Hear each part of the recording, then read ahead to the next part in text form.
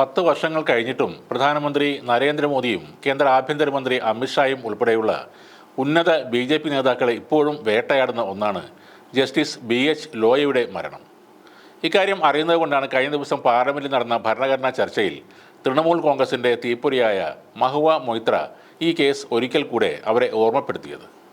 അടിയന്തരാവസ്ഥയുടെ പേരിൽ കോൺഗ്രസിനെ പ്രതിസ്ഥാനത്ത് നിർത്തി ഭരണപക്ഷം ആക്രമണം നടത്തിക്കൊണ്ടിരിക്കുമ്പോഴായിരുന്നു മഹുവയുടെ ഓർമ്മപ്പെടുത്തൽ. അടിയന്തരാവസ്ഥ കാലത്ത് ഇന്ദിരാഗാന്ധിക്കെതിരെ വിധി പുറപ്പെടുവിച്ച HR ഖന്നയെക്കുറിച്ച് രാവിലെ പ്രതിരോധ മന്ത്രി രാജ്നാഥ് സിംഗ് പറയുകയുണ്ടായി. 76-ലെ ആ വിധിക്ക് ശേഷം നീണ്ട 32 കൊല്ലം ഇവിടെ ജീവിച്ച് ഖന്ന പിന്നീട് ആത്മകഥയും എഴുതി. എന്നാൽ പാവം BH ലോയ ഇന്ന് ജീവിച്ചിരിപ്പില്ല. ഇതായിരുന്നു മഹുവയുടെ വാക്കുകൾ. മഹുവയുടെ വിമർശനം BJPക്ക് നന്നായി കൊണ്ടു എന്നതിന് തെളിവായിരുന്നു ലോക്സഭയിലെ കേന്ദ്ര സർക്കാരിൻ്റെ പ്രതികരണം. കഴിഞ്ഞ പാർലമെൻറ്റിൻ്റെ അവസാന കാലത്ത് സസ്പെൻഡ് ചെയ്യപ്പെട്ട അംഗമായിരുന്നു മഹുവ മൊയ്ത്ര. ഇക്കാര്യം ഓർമ്മിപ്പിച്ച് താക്കീതിൻ്റെ സ്വരത്തിലാണ് മഹുവയോട് കേന്ദ്രമന്ത്രി കിരൺ റിജ്ജു സംസാരിച്ചത്. സുപ്രീം കോടതി തന്നെ തീർപ്പാക്കിയ ഒരു വിഷയമാണ് മഹുവ മൊയ്ത്ര ആരോപിക്കുന്നത്. ഇതുമായി ബന്ധപ്പെട്ട് ഉചിതമായ പാർലമെൻ്ററി നടപടി നേരിടേണ്ടി വരുമെന്നും മഹുവയെ കേന്ദ്രമന്ത്രി ഭീഷണിപ്പെടുത്തി. അമിത്ഷാ പ്രതി ചേർക്കപ്പെട്ട സൊറാബുദ്ദീൻ ഷെയ്ഖ് വ്യാജ ഏറ്റുമുട്ടൽ കേസ് പരിഗണിച്ച CBI ജഡ്ജിയാണ് ജസ്റ്റിസ് BH ലോയ. സൊറാബുദ്ദീൻ ഷെയ്ഖിനെ നിരോധിത സംഘടനയായ ലഷ്കർ-e-തോയ്ബ അംഗമാണെന്ന് ആരോപിച്ച് ഗുജറാത്ത് പോലീസ് വെടിവെച്ച് കൊല്ലുമ്പോൾ സംസ്ഥാന ആഭ്യന്തര സഹമന്ത്രിയായിരുന്നു അമിത്ഷാ. അമിത്ഷാ ഉൾപ്പെടെയുള്ള 18 പേരെ കേസിൽ അറസ്റ്റ് ചെയ്തിരുന്നു. കേസിൽ ഹാജരാകാൻ ഒക്ടോബർ 31-ന് അമിത്ഷാക്ക് ജസ്റ്റിസ് ലോയ നോട്ടീസ് അയച്ചിരുന്നു. എന്നാൽ മഹാരാഷ്ട്രയിൽ ഉണ്ടായിട്ടും അമിത്ഷാ ഹാജരായില്ല. ഇതോടെ കേസ് ഡിസംബർ 15-ലേക്ക് നീട്ടുകയും അന്നേ ദിവസം ഹാജരാകണമെന്നും ആവശ്യപ്പെട്ട് വീണ്ടും സമൻസ് അയച്ചു. കേസ് ഡിസംബർ 15-ന് പരിഗണിക്കും മുമ്പ് ഡിസംബർ 1-നാണ് ലോയ മരിക്കുന്നത്. ലോയയെ നാഗ്പൂരിലെ ഗസ്റ്റ് ഹൗസിൽ മരിച്ച നിലയിൽ കണ്ടെത്തുകയായിരുന്നു. ഹൃദയാഘാതമാണ് മരണത്തിന് കാരണമെന്നാണ് പോസ്റ്റ്മോർട്ടം റിപ്പോർട്ടിൽ പറയുന്നത്. ലോയയുടെ സഹോദരി നടത്തിയ വെളിപ്പെടുത്തലാണ് ആ മരണത്തിലെ ദുരൂഹത വർദ്ധിപ്പിച്ചത്. കേസിൽ അമിത്ഷാക്ക് അനുകൂലമായി വിധി പ്രസ്താവിക്കാൻ ലോയയ്ക്ക് മുംബൈ ഹൈക്കോടതി ചീഫ് ജസ്റ്റിസ് 100 കോടി രൂപ വാഗ്ദാനം ചെയ്തിരുന്നതായാണ് സഹോദരി അനുരാധ ബിയാനയുടെ വെളിപ്പെടുത്തൽ. എന്നാൽ വാഗ്ദാനം നിരസിച്ചെന്നും അനുരാധ പറഞ്ഞിരുന്നു.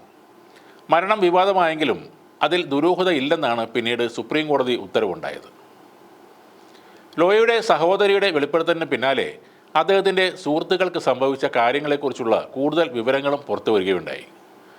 ജീവൻ അപകടത്തിലാണെന്ന് പറഞ്ഞ ലോയയെ സഹായിക്കാൻ ശ്രമിച്ച അദ്ദേഹത്തിൻ്റെ സുഹൃത്തുക്കളായ മുതിർന്ന അഭിഭാഷകൻ ശ്രീകാന്ത് ഖണ്ഡാൽക്കർ, നാഗ്പൂർ ജില്ലാ ജഡ്ജി പ്രകാശ് തോബ്രെ എന്നിവരും ദുരൂഹ സാഹചര്യത്തിൽ മരിച്ചെന്ന വെളിപ്പെടുത്തലുകളാണ് പിന്നീട് വന്നത്. ശ്രീകാന്ത് ഖണ്ഡാൽക്കർ, പ്രകാശ് തോബ്രെ എന്നിവർ മരിച്ചതിന് പുറമെ ലോയയെ സഹായിച്ച ഒരു സുഹൃത്ത് അത്ഭുതകരമായി മരണത്തിൽ നിന്നും രക്ഷപ്പെട്ടതും വാർത്തയായിരുന്നു. എന്നാലും പിന്നീട് കാര്യമായ അന്വേഷണങ്ങളൊന്നും ഇക്കാര്യത്തിൽ ഉണ്ടായതുമില്ല. കൂടുതൽ സമയം ലോയയുടെ കുടുംബത്തെ കാണിക്കാതെയാണ് ആ മൃതദേഹം സംസ്കരിച്ചത്.